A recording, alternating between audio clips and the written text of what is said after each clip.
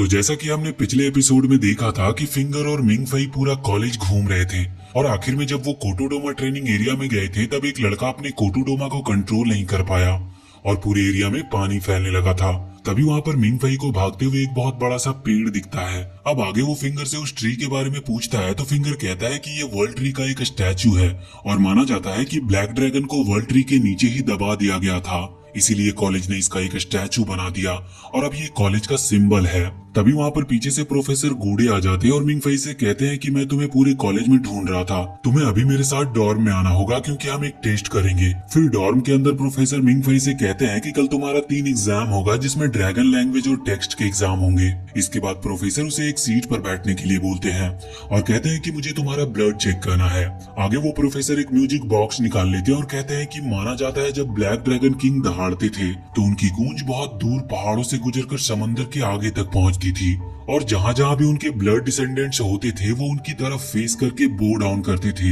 इस music box में भी वही ब्लैक ड्रैगन के इंस्क्रिप्शन है और वो इंस्क्रिप्शन सभी कोटोडोमा की शुरुआत है और इसे सभी कोटोडोमा में से रैंक 1 भी दिया गया है। अब ये सब सुनकर मिंग फई को कुछ भी समझ नहीं आता और इसके बाद प्रोफेसर उस म्यूजिक बॉक्स को शुरू कर देते हैं, लेकिन इसका मिंग फई पर कोई असर नहीं होता, जो सुनकर प्रोफेसर बहुत ही ज्यादा हैरान रह जाते हैं और वो कहते हैं कि जरूर ऐसा इसीलिए हुआ होगा क्योंकि तुम्हारा ह्यूमन पावर ड्रैगन पावर से ज्यादा ताकतवर है। तो फिर मिंग फई कहता है कि ये भी हो सकता है कि मैं सिर्फ एक मामूली लड़का हूँ, जिस पर प्रोफेसर कहते हैं कि ऐसा नहीं हो सकता, प्रिंसिपल कभी किसी की रेटिंग जज करने में गलती नहीं कर सकते। इसके बाद फिंगर इस बात को कॉलेज न्यूज नेटवर्क पर पोस्ट कर देता है। वहीं मिंग फई फिंगर से कहता है कि मुझे तो ये सब सपने की तरह लगता है और आखिर में मुझे ब्रेन वॉश करके घर भेज दिया जाएगा, जिस पर फिंगर पूछता है कि क्या तुम ऐसा नहीं चाहते।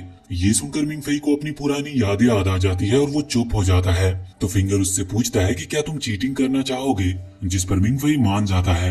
अगले सीन में हम सीजर को देखते हैं जो अपने स्टूडेंट काउंसिल के स्टूडेंट से कह रहा था कि हम लेजर डे पर हार गए थे इसीलिए नॉर्टन पवेलियन पर अब हमारा हक नहीं है। तभी वहाँ पर नुओ सीजर से कहती है कि अभी कॉलेज न्यूज नेटवर्क पर एक खबर आई है कि लू मिंग फई पर कोटोडोमा का कोई असर नहीं हुआ और ये सुनकर सब हैरान हो जाते हैं। इस तरफ हम प्रोफेसर गूडे को देखते हैं जो कि प्रोफेसर मालिन को लाइब्रेरी में मिलने के लिए बुलाया था क्योंकि उन्हें मिंग फई के टेस्ट के बारे में बात करनी थी। आगे लाइब्रेरी में प्रोफेसर मैलिन कहते हैं कि मुझे लगा था कि मिंग फई की ब्लड लाइन बहुत अच्छी होगी क्योंकि उसने सीजर और जिहांग को हराया था, लेकिन कोटोडोमा का उस पर कोई असर नहीं हुआ। तभी प्रोफेसर गूडे एक बहुत पुराने लेटर को निकालते हुए कहते हैं कि इसमें व्हाइट ड्रैगन किंग के सीक्रेट्स हैं। आगे प्रोफेसर मैलिन कहते हैं कि सिर्फ व्हाइट किंग का ओरेकल ही है जिस पर ब्लैक किंग के कोटोडोमा का कोई असर नहीं होता और उन्होंने अपने सभी बच्चों पर भी अपने ओरेकल का यूज किया था जिससे उन्हें ब्लैक ड्रैगन के आगे झुकना ना पड़े। लेकिन ऐसा माना जाता है कि उनके सभी डिसेंडेंट भी व्हाइट ड्रैगन के साथ ही मारे गए थे, पर हमें ये नहीं पता कि व्हाइट ड्रैगन का सोल सच में मरा था या नहीं, इसीलिए लू मिंग फई को स्टडी करना बहुत जरूरी है। जिस पर प्रोफेसर गूडे कहते हैं कि वो एक अच्छा लड़का है, इसीलिए मैं नहीं चाहता कि वो एक रिसर्च स्पेसिमेन बनकर रह जाए। तो प्रोफेसर मैलिन कहते हैं कि ठीक है, मैं 3 एग्जाम के खत्म होने तक किसी को भी कुछ नहीं बताऊंगा, लेकिन अगर वो इसमें फेल हो गया तो मैं इसके बारे में सब सच बता दूंगा। अब अगले सीन में हम देखते हैं कि कोई लड़का होलोग्राम ईवा को एक्टिवेट करता है जो कि नॉर्मा का एक दूसरा वर्जन है। वो उससे कहता है कि लू मिंग फई को 3 एग्जाम में पास करा देना, जिस पर ईवा इसकी वजह पूछती है तो वो कहता है कि हमें उसके बारे में काफी चीजें पता नहीं है लेकिन जल्दी पता चल जाएगा, जिस पर ईवा इसके लिए मान जाती है और उस लड़के के हाथ के ऊपर अपना हाथ रखती है। आगे हम देखते हैं कि मिंग फई भागते हुए अपना 3 एग्जाम को देने जाता है और रूम के अंदर वहाँ पर टीचर उसे एग्जाम के रूल्स बताते हैं और एग्जाम स्टार्ट हो जाती है। इसके बाद मिंग फई फिंगर की बात याद करता है जिसने उसे चीटिंग करने की ट्रिक बताया था। वो कहता है कि टेस्ट के दौरान तुम्हें एक ब्लैंक पेपर दिया जाएगा और तुम्हें एक हेलोसिनेशन होगा, तुम्हें अपने विजन में जो भी दिखेगा उस पेपर में कॉपी करना है। तभी मिंग फई की नजर साइड में बैठी एक लड़की पर जाती है जो कि एकदम शांत थी। उसी वक्त टीचर वहाँ एक ऑडियो प्ले करके वहाँ से बाहर निकल जाते हैं और मिंग फई फिर से फिंगर की बात याद करता है जिसने बोला था कि कॉलेज हमेशा 8 ऑडियो प्ले करता है और हमेशा 8 साल तक चेंज नहीं करते, इसीलिए इस साल के क्वेश्चन पेपर बिल्कुल सेम है जिस साल मैंने एग्जाम दिया था, इसीलिए मैं तुम्हें ऑलरेडी आंसर दे दूंगा। तभी मिंग फई देखता है कि उसके सामने बाकी स्टूडेंट अजीबोगरीब हरकतें करने लगते हैं और अपने हेलुसिनेशन में डूब चुके होते हैं, पर उसके साइड में बैठी एक लड़की अभी भी नॉर्मल थी और आंसर्स लिख रही थी। वहीं एग्जाम रूम के बाहर नुओ और टीचर बात कर रहे थे, जहां नुओ कहती है कि मैंने एग्जाम में आने से पहले एक स्पीटी विजन देखा था कि जब मेरी मॉम बेड पर लेटी हुई थी तब उनके पास एक शैडो आता है और उनके सोल को ले जाता है और फिर उनकी मौत हो गई, लेकिन मुझे पता नहीं कि वो कौन था। आगे हम देखते हैं कि जब मिंग फई 7 क्वेश्चन को लिख लेता है तभी उसे फिर से वही लड़का दिखता है और वो उसे अपने पास बुलाता है। मिंग फई उसके पास बैठकर उससे उसका नाम पूछता है, जिस पर वो लड़का कहता है कि मेरा नाम लू मिंगजे है, जिस पर मिंग फई कहता है कि मेरा कजन का भी सेम नाम है। आगे मिंगजे कहता है कि ये तुम्हारा स्पिरिट विजन है, यहाँ पर सब अपने अंदर की सच्चाई देखते हैं, इसीलिए तुम मुझे देख रहे हो। और उसी वक्त वो लोग हवा में गिरने लगते हैं और गिरते गिरते मिंगजे उससे कहता है कि सबके अंदर की सच्चाई अक्सर ऐसी चीजें होती है जिससे वो सबसे ज्यादा डरते हैं या उसके बारे में जानना चाहते हैं, या फिर जिससे वो सबसे ज्यादा दुखी हो। जिस पर मिंग फई कहता है कि लेकिन मुझे ना तो तुम में कोई इंटरेस्ट है और ना ही मैं दुखी हूँ। फिर मिंगजे उससे कहता है कि इंसान बहुत बड़े बेवकूफ होते हैं, लेकिन तुम उनसे अलग हो क्योंकि तुम जानबूझकर बेवकूफ बनने की कोशिश कर रहे हो, और तुम दुखी इसीलिए नहीं हो क्योंकि तुम्हारी जगह पर मैं दुखी हूँ। और तभी वो लोग फिर से वहीं पर आ जाते हैं जहाँ पहले बैठे थे, और उसी वक्त मिंगजे की आंखों से आंसू निकलने लगते हैं। और फिर उसके बाद मिंग फई की आंखें खुलती है तो वो अपने सामने नुओ को देखता है, जो उससे कहती है कि तुम एग्जाम के अंदर भी सो रहे हो और अभी एग्जाम खत्म हो चुका है और तुमने 9 आंसर लिखे हैं जबकि 8 ही क्वेश्चन थे, लेकिन सारे आंसर तुम्हारे सही हैं। इसके बाद जब मिंग फई रूम में आता है तो फिंगर उसे एग्जाम पास करने के लिए कांग्रेट्स कहता है और पूछता है कि मैंने देखा तो तुमने प्रोफेसर मैनिस के मैजिक मैकेनिकल डिजाइन का कोर्स चूज किया है, ये आसान नहीं होने वाला। और अभी फिलहाल वो एक मिशन से बाहर है, खबर मिली है कि उन्हें ड्रैगन का सुराग मिला है, इसलिए वो उन्हें मारने गए हैं। इसके बाद हम प्रोफेसर मैनिस को देखते हैं जो कि ओशियन के ऊपर एक फ्लाइंग शिप में थे। वहीं ये सिंह और एकी नाम के 2 स्टूडेंट ओशियन गए थे। आगे ये सिंह अपने कोटोडोमा का यूज करता है जिससे वहाँ एक स्नेक समन हो जाता है और वो उसे नीचे जाने के लिए कहता है। फिर थोड़ी देर बाद सिंह को पता चलता है कि उनके पैरों के 40 मीटर नीचे एक बहुत बड़ा मेटल है और सिंह का स्नेक उसे एक्सप्लोर कर रहा है।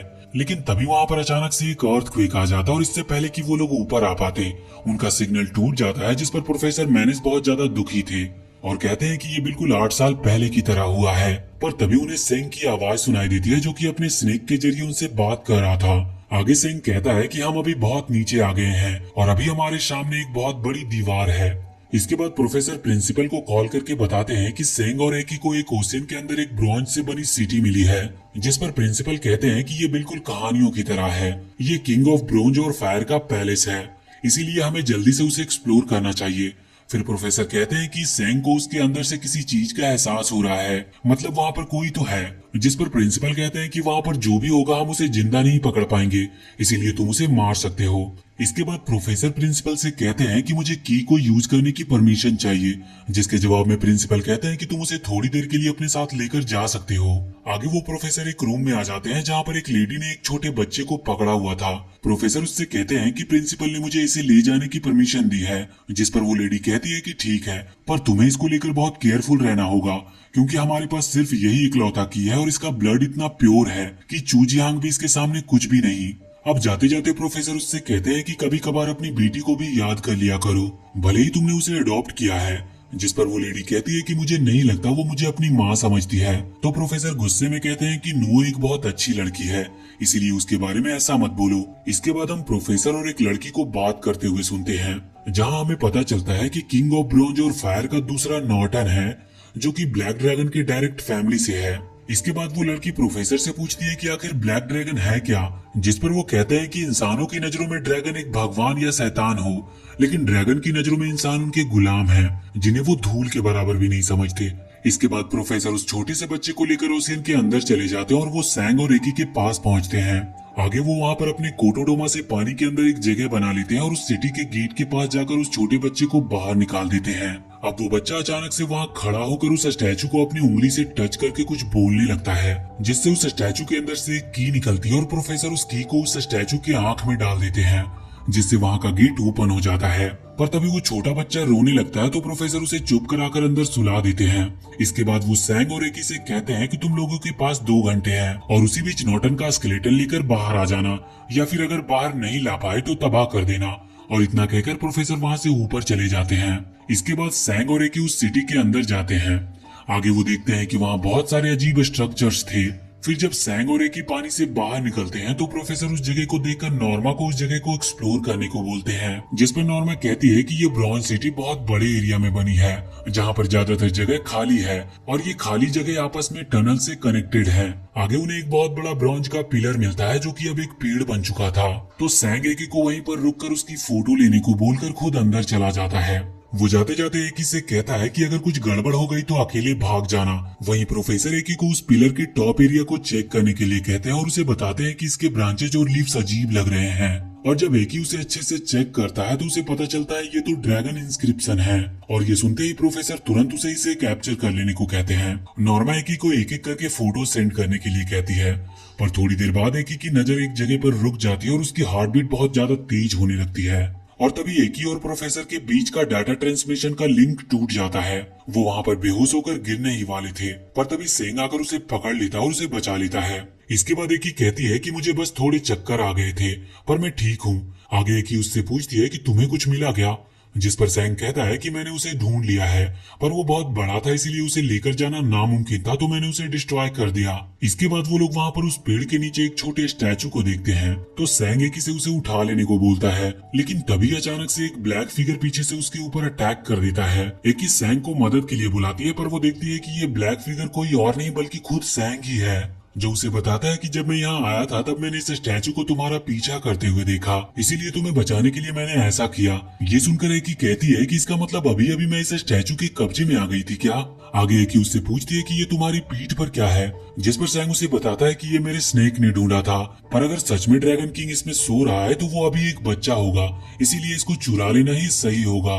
तभी हम देखते हैं कि अचानक से उनके पीछे की दीवार हिलने लगती है। ये देखकर वो दोनों वहाँ से भागने लगते हैं, लेकिन वहाँ पूरी सिटी अब हवा में उड़ रही थी। आगे सैंग एकी से कहता है कि तुमने जब उस स्टैचू को टच किया तब इस शहर को हमारे बारे में पता चल गया और इसीलिए अब ये बंद हो रहा है। इसके बाद हम मिंग फई को देखते हैं जो नींद से अचानक अपनी आंखें खोल देता है और उसे एक बेल की आवाज सुनाई देती है। और तभी उसके सामने मिंगजे आकर कहता है कि ये मौत की घंटी है और अचानक से वो एक रिंग टावर के ऊपर पहुंच जाते हैं। अब मिंग फई ये देखकर मिंगजे से कहता है कि मुझे इस सपने से बाहर निकालो। तो मिंगजे कहता है कि क्या पता तुम जिसे सपना समझ रहे हो वही असलियत हो और तुम जिसे असलियत समझ रहे हो वही सपना हो। तो मिंग फई कहता है कि तुम कह क्या रहे हो और यहाँ पर कर क्या रहे हो।